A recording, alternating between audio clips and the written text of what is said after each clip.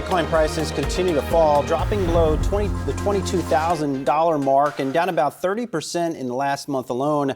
This is bad news, of course, for the crypto faithful. And during a TechCrunch interview, Microsoft co-founder Bill Gates had this to say on the sector.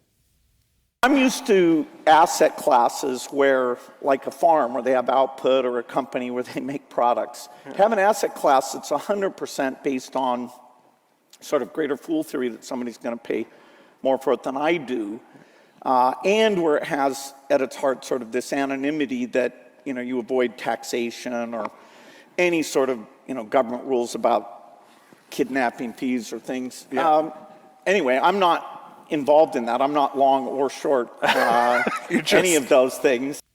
And there you have Bill Gates, of course. TechCrunch is a sister publication of Yahoo Finance, and good for Bill Gates for keeping it real right now. He's been, I would say, not a big believer in crypto and looks to be paying off. Yeah, very bullish on farmland, bearish on Decentraland as of right now for Bill Gates.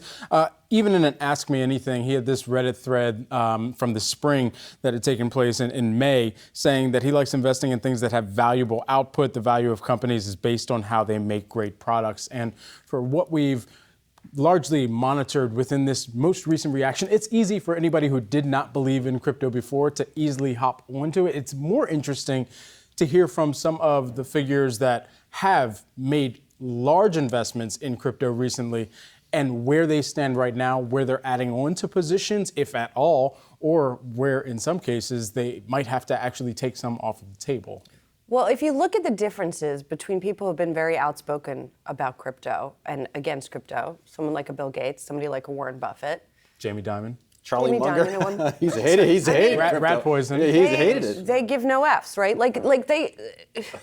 Do you know what I'm saying? Most of the people who are super proponents of Bitcoin are invested in Bitcoin, right? They're talking their book. Everybody's talking their book, and I guess it's just that Gates is so rich he doesn't have a book, or it's not, or Buffett for that matter too. Like it's not as much in their interest to tout the thing, and so they. I like Bill Gates flexing on this. I think for him, he's putting his money to work and trying to change the world. Vaccine development, helping people in poor and impoverished countries. Good for him. Good for him. There is also an intriguing piece in the Financial Times today that digs into the parallels between crypto and cultism that is really fascinating and sort of also ties in with some of Gates' comments and just looked at some of the similarities, although crypto is a much bigger phenomenon than some of the cults that we have seen in the past. But there are some sort of parallels when you talk about the sort of profits of crypto, if you will, even though Satoshi is not, as the founder of Bitcoin, is not someone that we still hear from directly. There are all these prophets who spout the gospel, right, if you will. The apostles. Yeah, yes, I'm fascinated, guys, because I think this is just the tip of the iceberg. Realistically, you can see management changes at these publicly traded crypto platforms and across the industry. What does it mean for media publications that cover crypto? What does it mean to a company like FTX that has plowed its significant amounts of money or the wealth of Sam Bankman-Fried into various sports sponsorships? I mean, this is, I would say, just the start of a potential domino effect. You know, one of the domino effects, I know we had the tickers there for Robinhood and Coinbase up a moment ago. Robinhood just got a downgrade this morning as well. That came in from Morgan Stanley. And they had already seen downgrades from Goldman recently. And so this really just kind of adding on to the bearishness around Robinhood, and especially considering the annexation that this company had in their growth strategy to the success of crypto on their platform. And this is continuing to be one of the major headwinds that they're going to face in the near term during this crypto bear market, or winter, as we've heard some of our guests define it. I think we can talk about the cryptocurrency phenomenon as sort of this big picture philosophical phenomenon. And then there are these very real world examples that we are now starting to see. And as we've alluded to as well, there are real world examples elsewhere in the market from retail traders who have lost on various cryptocurrencies. And now maybe they're taking profits in other places too and getting more risk averse in other places too. But there are still an awful lot of people who are still holding on when it comes to cryptocurrencies. And switching cryptocurrencies to stocks and the feed-through effect, I suppose. You have the opening bell here on this Wednesday morning on this Fed Day. Belden, a maker Brian of things, Sozzi. around 120 years making industrial products. So they're not involved in the crypto space. They've been around for 120 years, and it makes a lot of sense to me. And our opening bell coverage is sponsored by Flex Shares here as we have the opening bell on this Fed day and as we have a higher open on this Fed day. As I've been pointing out, somewhat unusual to see this kind of size of move, although perhaps less unusual given the action that we have seen as of late and the big drops that we have had. So I think one of the big questions, guys, that we have to ask as we head through today and the coming days, once we hear about the Fed outlook, is what is priced in, right? Yeah. What is priced in? It seemed like, as Anastasia talked about earlier, the market very quickly seemed to price in that 75 basis point shift.